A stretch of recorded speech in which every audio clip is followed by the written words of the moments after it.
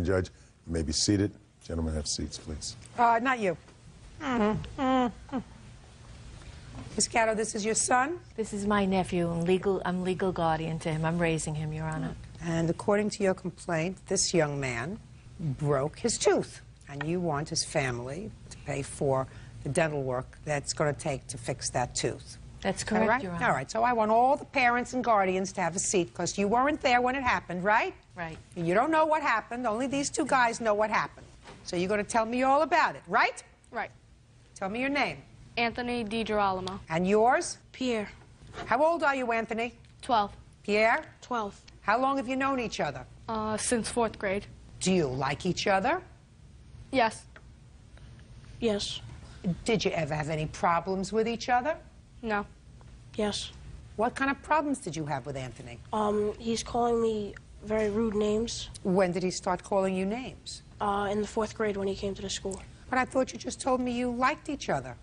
Well, yeah, I've been inviting him to stuff like birthday parties, movies, stuff like that. Does he come? Yeah. Does he invite you?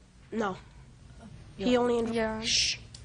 Yes, I do invite him to stuff. Like, I invited him to my birthday party in the 4th grade, and I invited him to another party, too.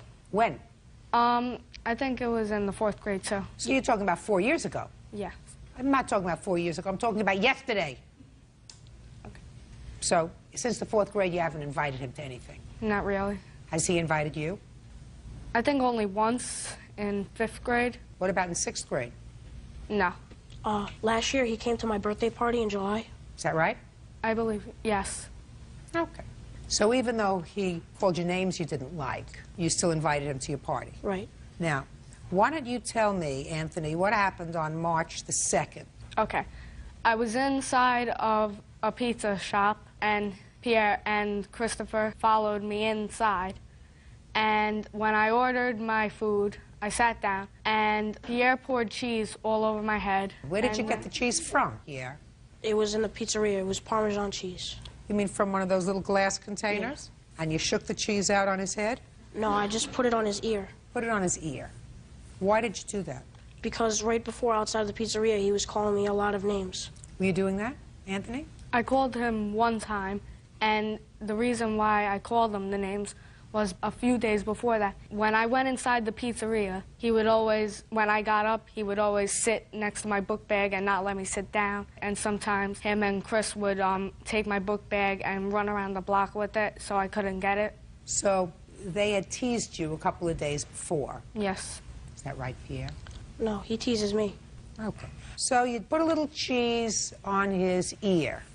And then what did you do, Anthony? Then I ran out after him and I kicked him. Where were you both when you kicked him? Inside the pizza store or outside? Outside. And where did you kick him? On his leg? On his butt. You can't do that to somebody. That's an assault. You could have hurt him, right? Right. And then what did you do after you kicked him? Then I went back into the pizzeria to get my food, right? And then I told him to go back to the sewer. Well, just a second. You mean he followed you back into the pizzeria? Right. And what happened next? And then I was standing at the counter, and he came up to me, and then he slammed my head onto the counter. And that's when your tooth broke? Right. Now I'm going to hear your side of the story. He didn't kick me in the behind, Your Honor.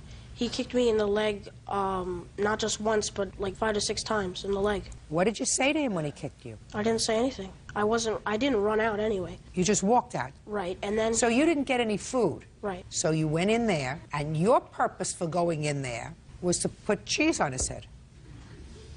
You know that was the wrong thing to do. Yes. Okay. Now, tell me about when you hit his head into the counter. Before that, when he said go back to the sewer, he gave me the finger, then said go back to the sewer. Then I walked up to him and I pushed him like that. And that's when he hurt his mouth? Right, and then I ran out. Why did you run out? Because I didn't want him to attack me again. Go ahead. Okay. He didn't just go like that to me. He actually went like that, not like soft. He hit my head onto the... How hard did you kick him in the butt? Not really hard because I was running and trying to do it. You think that was the right thing to do? No. Your guardian think that was the right thing to do? No, Your Honor, I didn't. But he was bothering him days before that, Your Honor. I'm not saying that Pierre did the right thing. Pierre did the wrong thing. So did Anthony. Absolutely. Now, Anthony, had you ever broken this tooth before? Yes, it was chipped. And when this incident happened with Pierre, it was chipped again. It was broken this time, and it hurts now, like my tooth is sensitive to hot and cold. But you still have the tooth. I have part of it. This is like a temporary thing. Temporary cap. Yes. Now, do you think, Anthony, that you are partially responsible for what happened that day? Partially, a little bit. Do you think he's partially responsible for what happened that day? Well, Your Honor, in a way I do, but in a way I don't, because he's been bullied. I mean, he's been bullied by the kid. Judge Judy continues in a moment. And later today, Mr. Hoyt can taxi out of his driveway and taxi directly onto the runway Why do you think he would choose not to do that? because he likes to show off. real cases, real people. Judge Judy. 12-year-old Anthony DiGirolamo says his classmate, 12-year-old Pierre Guillet, poured cheese on his head and pushed his face onto a counter, knocking out his tooth. Pierre says Anthony kicked him first. Now, the objective data is that Pierre has invited your nephew to his home, to parties, as And we have done the recently as... same, Your listen Honor. to me. No. According to your nephew, it's been 4 years since he invited him to a party. Your That's Honor. according to your nephew. Okay, that was It's been wrong. 4 years. But last summer, he was invited to his birthday party. And there's no question that between the two of them, each one of them believes that the other one isn't behaving right. Right. So all I'm saying to you is, both of these young men behaved badly. You're right. He had no right to go in there and put Parmesan cheese on his head Right. or ear. Right? He had no right to kick him in the butt. So, how much did it cost you at the dentist to fix your tooth? It's not totally fixed yet, Your Honor. They have to wait for the nerve to come down and get a little longer. Okay. It's probably going to cost you at least the $1,500 that you're suing for to have a permanent cap put on his tooth, and I think that he's partially responsible. Yes, Your Honor. So, your actions that day are going to cost your guardian, your aunt, $750. That's all you're getting from them, $750. You got to learn to keep your hands to yourself. We understand each other? Yes, Your Honor. Good. That's all. Parties are excused. You may step out. When I looked at Anthony, his mouth was out the hair and he was covered with blood and he had no tooth there. He makes fun of everyone in the school. He started to bully me around, and I got mad at him. I couldn't take it anymore. And now the next case. All parties in the matter of Hoyt versus Champ. Step forward, please. Lumber salesman Robert Hoyt is suing his neighbor, Juanita Champ, for damage to his airplane. Robert says Juanita left a trash can in the taxiway. Mr. Hoyt, I am so pleased that you brought that diagram. You don't happen to have a picture, do you? I do. I'd really like to take a look at the picture while I'm sort of recapping what I think happened in this case, or at least what you allege. You and the defendants live in a community where a whole bunch of people have airplanes. And instead of garages, there are hangars. In addition to garages, there are hangars. I wasn't looking to shortchange you, Miss Champ. I said there were big hangars for planes, but I'm sure you also have a car. We do. And it is your claim that you were taxiing your plane in an area where you are allowed to taxi your plane. It also serves as a street. And that the defendant placed her garbage can outside on your street/runway. As a result of that, you clipped the wing of your plane, causing damage. Right? Correct. And Miss Champ's defense is you weren't looking where you were going. Absolutely. Okay. So, show me what happened. On May 21st, while taxiing out of my driveway to the neighborhood road, which acts as the taxiway, I S-turned all the way S-turn. down. What's an S-turn? It's going back in the shape of an S, back and forth. I have a tail dragger. Why do you do that? I have a tail dragger biplane where you cannot see over the nose of the biplane. So in order to taxi correctly, you have to do S-turns on the taxiway. And as you turn to your left, you look right. As you turn to your right, you look left. Why did you get a plane where you can't see over the nose? It's in the aerobatic biplanes. To reduce drag, you don't have a nose wheel, so they give you a tail wheel. And also, if you're taking off, grass runways, it gives you more prop clearance. So this is Sorry I asked you. Okay, so you're zigging and zagging in order to get to the runway. correct. Go. And 3/4 of the way down, Miss Champ lives, and upon taxing, and hit her garbage can. She's not allowed to have a garbage can on her property? She is allowed to have a garbage can on her property, but the easement for the safe passage on the taxiway, 25 feet off center, is to have no obstructions. And an additional 10 feet beyond, there's to be nothing exceeding 2 feet in height. This garbage can is 3 feet and 2 inches, and she chose to put it alongside the taxiway. I have a videotape that also will show this, and I have the CC&Rs, which will state this. Take the videotape, Bert, for me. Sure. Put it in. And let me take a look at that And then there's the regulation.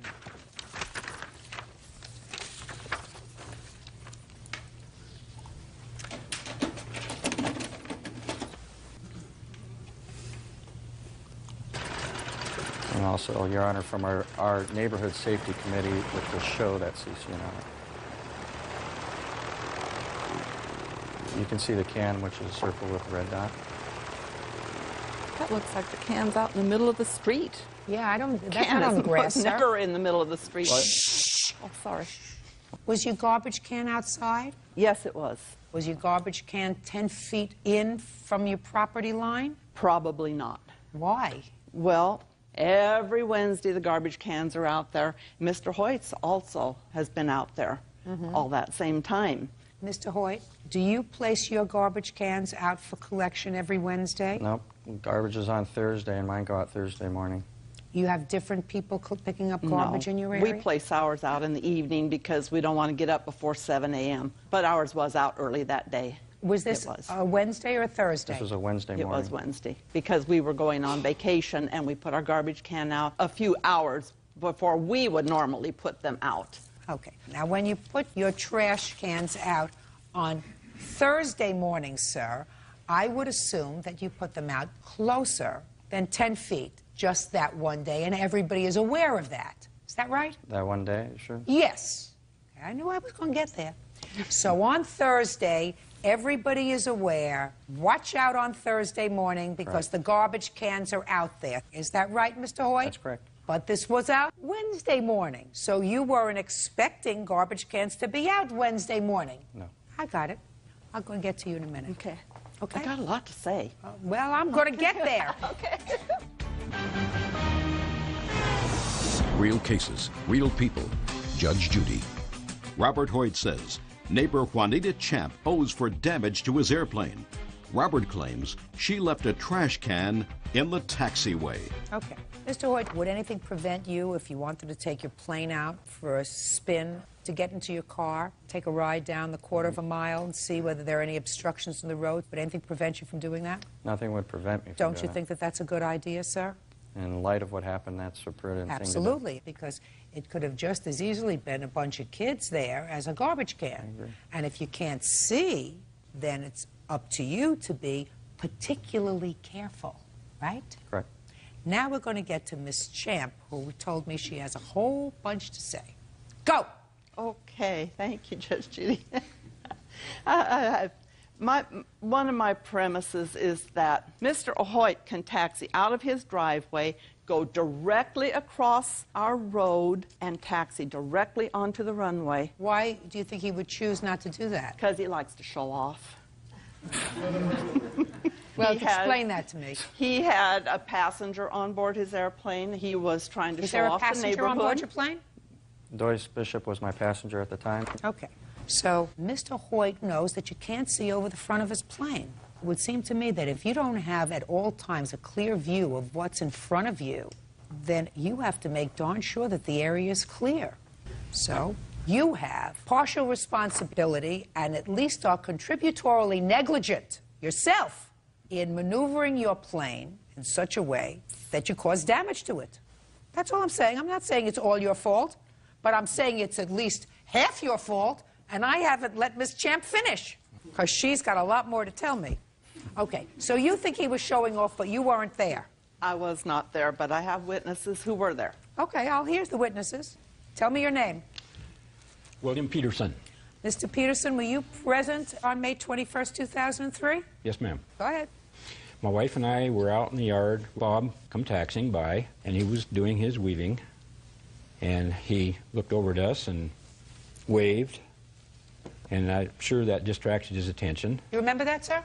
Waved Yes. to not go move his truck. That's what he was signaling. He goes to get in his truck, and I'm like, no. And you can see his truck parked there. I diligently avoided his truck. Her garbage can, from visibility of the cockpit, was sitting behind the truck. And as I did my S-turn, so my wing avoided his truck, I did not leave the taxiway. I taxied to the right. When I did my next S-turn, I'm now pointed directly at a garbage can that should not be there. As you can see, nobody else's is. So what you were trying to do, sir, is to avoid his truck. Absolutely. Now, if his truck had not been there, I would have seen the can. could you have seen it if you got in your car before you got in your plane and drove that quarter-mile up the road to see if there were any obstructions? I had picked up Doyce and his son and another friend at the airport. When we came back that morning, we probably came back before Juanita put it out. Well, what time was that? I don't remember the exact time when you came in the morning, but 10 o'clock. How long did it take you to get back to Mr. Hoyt's house? it was probably about 11 o'clock when we were taxiing. So Okay, who put your garbage cans out? Actually, my husband did. What time? Boy, that's been a year ago. My guess would be 10:30 maybe. How long of a drive is it from where he picked you up to where he brought you back to his house? It must have been 45 minutes, I'm guessing. So it was a pretty close thing as to whether the garbage can got out there before or after you got into your car. I don't know. Now, after he hit the garbage can, did he stop his plane? Yes. Got out and looked at it? No, he did not. I come running over there, and all the garbage is blowing all over the place. And he says, would you look under my wing and see if you see any damage? Well, it's a fabric airplane with ribs, so you got the dips. I looked under it, and I could not see any damage. And so I says, I do not see any. Uh-huh. And so then he Took off. Took Did you off. go flying that day? Yep. yes, sir, did. How long did you fly that day? Probably about 35 minutes, 40 minutes total. Let me ask you this question, Mr. Hoyt. Because you flew that day, did it exacerbate any damage that was done by the garbage can? No. Well, if your wing was so damaged and your plane is fabric plane, right? Correct. And you're telling me that you don't think that a fabric plane's wing could be further damaged by flying it for an additional 35 minutes after an injury? No, they could. Well, Ms. Champ, I think you're absolutely adorable, but I think that you have some responsibility with regard to this accident because you did put your trash can out on a day when he was not anticipating that it was going to be out there. You acknowledge yourself that it wasn't beyond 10 feet of the property line, which was the agreement of all residents. That doesn't excuse Mr. Hoyt from doing everything that he should have done. He should have inspected that area, and in addition to that, he drove the plane after this incident, which could have further exacerbated whatever injury was done to the plane's wing on the 21st of May. So I think that you bear the greatest responsibility, Mr. Hoyt.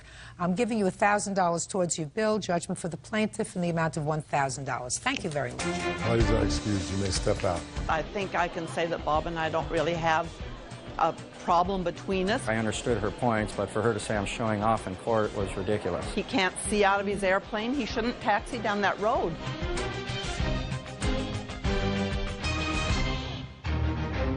Has been sworn in, Judge. You may be seated. Ladies, have seats, please. Ms. Van Geertry, you and the defendant have a child together. The child is a couple of years old.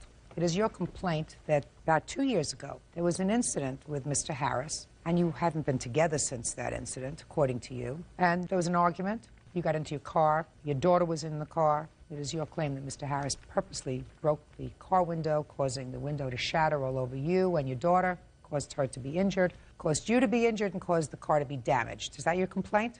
As a result of him hitting the window, it happened. Mr. Harris says that the whole incident was your fault. What happened was an accident. He would never intentionally try to hurt his child.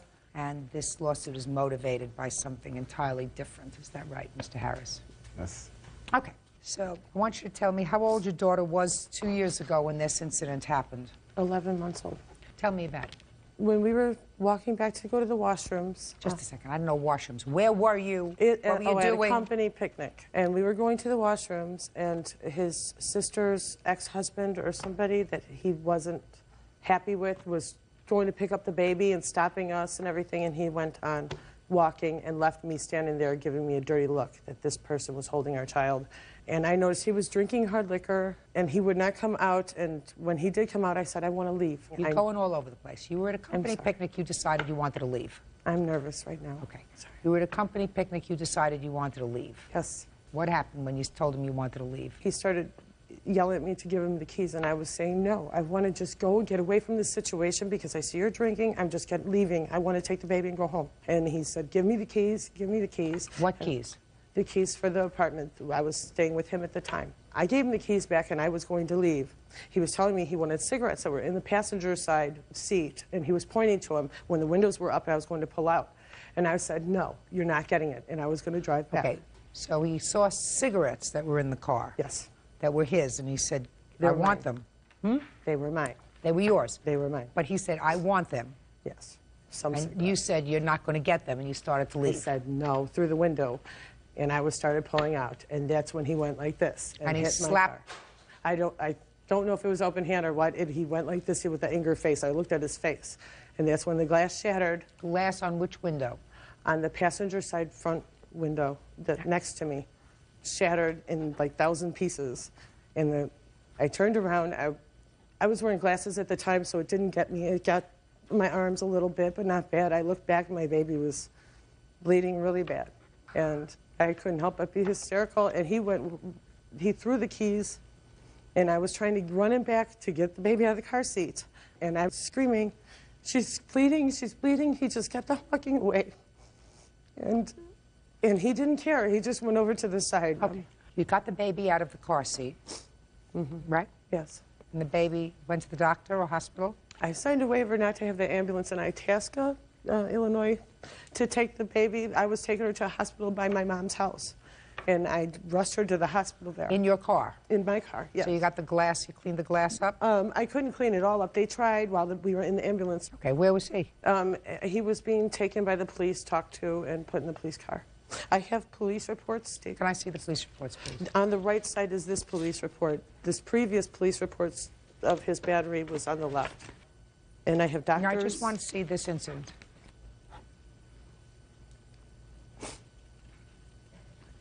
Okay, when your daughter was ultimately taken to the emergency room, she needed some stitches, according to your complaint. Is that right? Yes. Can I see? That, please. But, I mean, doctor's records and bills. The bills are in the front, and the old papers, the doctor's forms at that time were in there from the stitches being put in and removed. Okay. Did you pay these bills? No. I wanted him to be responsible for them. Did you pay the bills? The answer is no. Do you yet. have any insurance? No, I don't.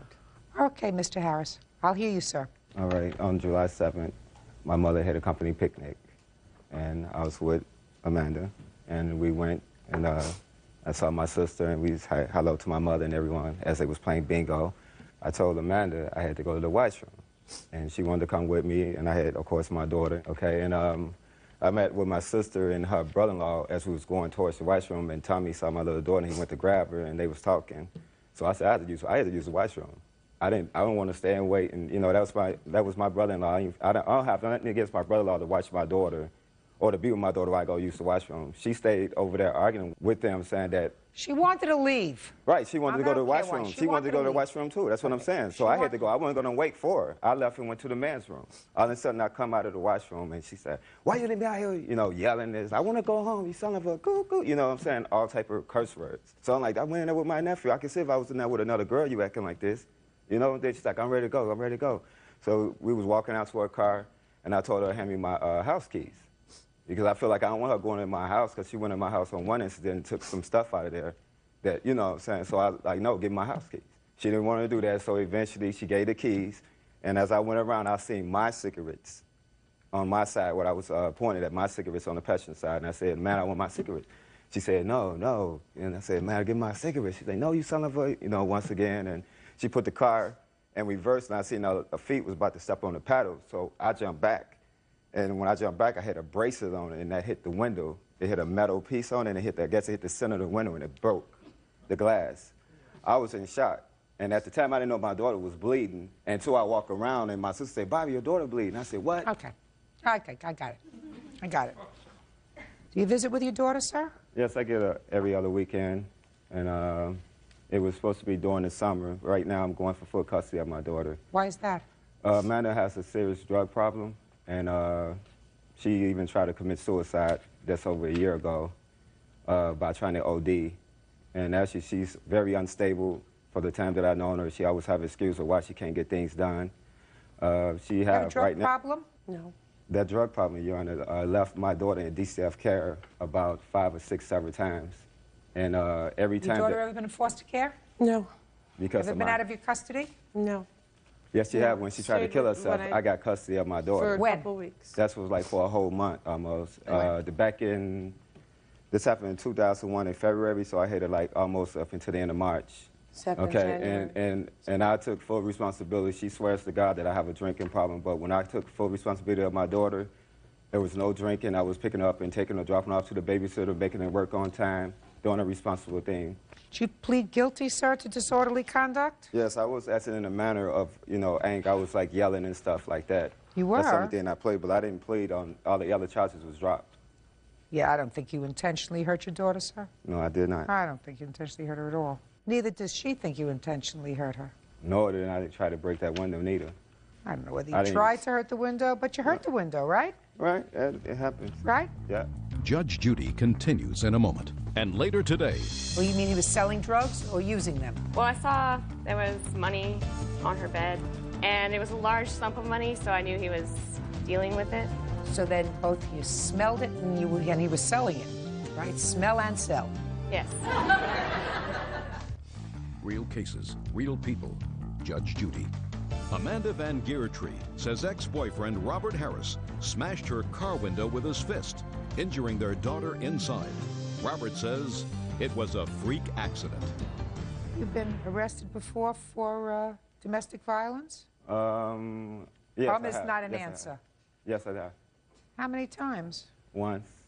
Well, twice concerning this window being broke. Your Honor, I have a picture of my daughter, the scar on her head. I'm sure Mr. Harris knows that there's a scar on your daughter's face. He didn't mean to hurt her. You don't think he meant to hurt her? No, right? but it is a result of his actions, and it's a result of I his shouldn't bad have to pay for his actions. You shouldn't have to pay for the medical bills that resulted from his actions. Isn't that right, sir? Well, I feel like, no. You feel like what? Of course not. Of course she shouldn't have to pay for the medical bills that are as a result of your actions. Well, as I was telling you, when she put the car in reverse, she was about to, she stormed out, backing up. I had to jump back. That's what caused the window broke. I didn't go up to the window and hit the window at all. Listen to me. The car didn't hit your arm. Your arm hit the car. Okay. Do you understand? Yes. It was all a freak accident. I guess you're right, then I should be responsible for paying it, Okay. I want to tell you something, Mr. Harris. You may be 100% right that you are the more appropriate custodian. You've got a hurdle to overcome, and that is these prior police reports. I'm sure that the judge who's handling the custody case will look at that and balance it with whatever problems you have and make a decision. I just wanted to say, when she's talking about the medical bills and all that stuff, I'm reliable for that. I understand that. Yeah. But what I'm trying to get the court to understand that I'm not out there just angry and just doing crazy stuff. I don't think you're angry and doing crazy stuff. I think you lost your temper. Yeah. Your Honor. I think you lost your temper, and that's what happens when you lose your temper. You're responsible for what happens as a result of that. But Your Honor, what about the 2 years, and what about the pain and suffering for Olivia having to go for stitches and me having to hold her down and just what about that? 2 years having to go to court? What about that? Because missing work because of him. You break. Thank you. He's the father, just like you're the mother. There was an accident. It was caused by his bad temper. You don't bring the father to court because, let's say she was riding a bicycle. He was teaching her how to ride a bicycle, and he wasn't careful. And as a result of that, the bicycle went over, and she broke an arm. You think you can bring the father to court for the broken arm because he wasn't careful, because he was negligent in teaching how to ride a bicycle? We'd be in court all the time. That's what happens to young children. Now, this unfortunate incident happened because he lost his temper. That doesn't mean you bring a father to court for pain and suffering for a daughter. She's not any more your child than she is his. Do you understand that? Good. Judgment for the plaintiff in the amount of $1,111. Parties are excused. You may step out. I guess now, by hearing Judge Judy ruling, I am kind of responsible for it. I believe that this judgment was wrong. I think I should have gotten more. I got a little daughter by, a lady that's not stable, has a drug problem. He didn't care. He walked away when she was covered in blood. And right just before the show, she called me talking about she hoping that we can come out here and get things back together. And now she want to come here and cry and make me look like an angry person. He just wants to hurt me some more. It won't stop. I think that's what's wrong, but that's how she is. And now the next case. All parties in the matter of Michael versus White. Step forward, please. 19-year-old student Anna Michael is suing her former roommate, 20-year-old receptionist Bridget White, for the return of a computer.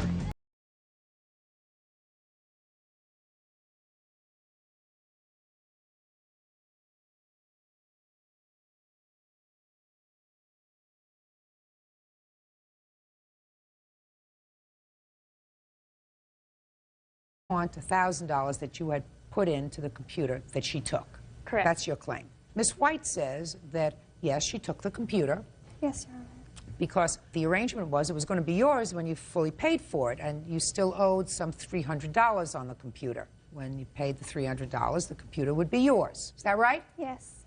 Till she gets her money, she's got the computer, which I assume is in good condition. Yes.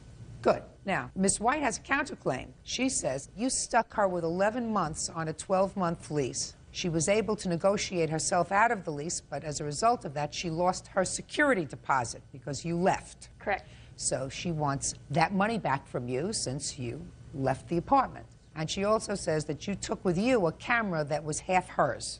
She will explain to me. So let's take care of the computer first. Can I see the receipt for the computer? How much it cost?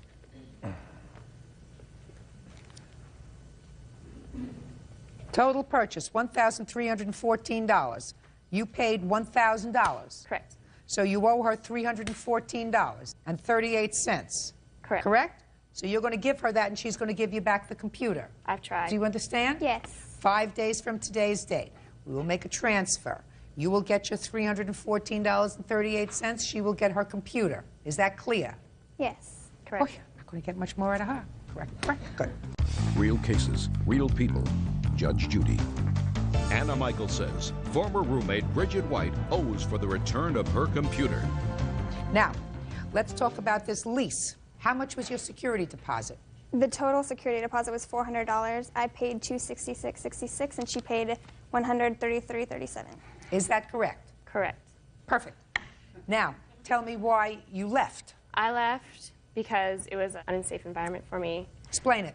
Her boyfriend was living with us. He occupied the second room. He was involved with illegal activity. I did not want to live that kind of lifestyle anymore. I didn't want to put myself in that position or environment, so I left. Well, you mean he was selling drugs or using them? Selling them, yes. I could smell the marijuana in the room. Using them, I have no proof. Yes, you could smell the I think it's the other way around. I think you meant to switch that around. Oh. Well, like, there was... That you could smell it, so yes, he was using it, but you don't know if he was selling it because you don't have any information about that. Well, I saw there was money on her bed at multiple times, and it was a large sum of money, so I knew he was dealing with it. So then both you smelled it and he was selling it, right? Smell and sell. Yes. Now, Ms. Michael, you said you didn't want to be involved in that lifestyle anymore. Had you been involved in that lifestyle previously? No, ma'am. So you misspoke when you said you didn't want to be involved. Yes, I Misspeak. did misspoke. I say you misspoke, you say yes. Did misspeak. Correct. Correct. Love this case. So did you have an argument? She told you she moved out? She never gave me a reason. I came home at lunch, and she was gone. Really? Mm-hmm. She called me that Friday morning at work and said, "I'm leaving." Okay. Now, the lease was in whose name? Hers, mine, and 2 other girls. What about your boyfriend? He wasn't living there. Was he staying over? He actually stayed for 3 days. That was a couple weeks before that. Why 3 did you days. leave? I left because of her boyfriend. Then why didn't you say to her, if your boyfriend comes to stay here and is going to be involved in drugs, I'm going to have to leave? Instead of just saying, I'm leaving, I'm out of here. Well, it wasn't that easy. Well, explain it to me. We had a roommate, and she left on the 11th of July. And so in order to compensate for that month's rent, Bridget brought in her boyfriend, which I interpreted and was led to believe that he would pay for the rest of the money of that month. So he was living there. I did not know that he was going to be involved with legal behavior inside our room. I did not know that. So I told her I would no longer live with him, and I would not live with him through her. And because of that, I left. All right, now talk to me about the camera. For our birthdays, which are a week apart, her sister, who is a good friend of mine, bought us both a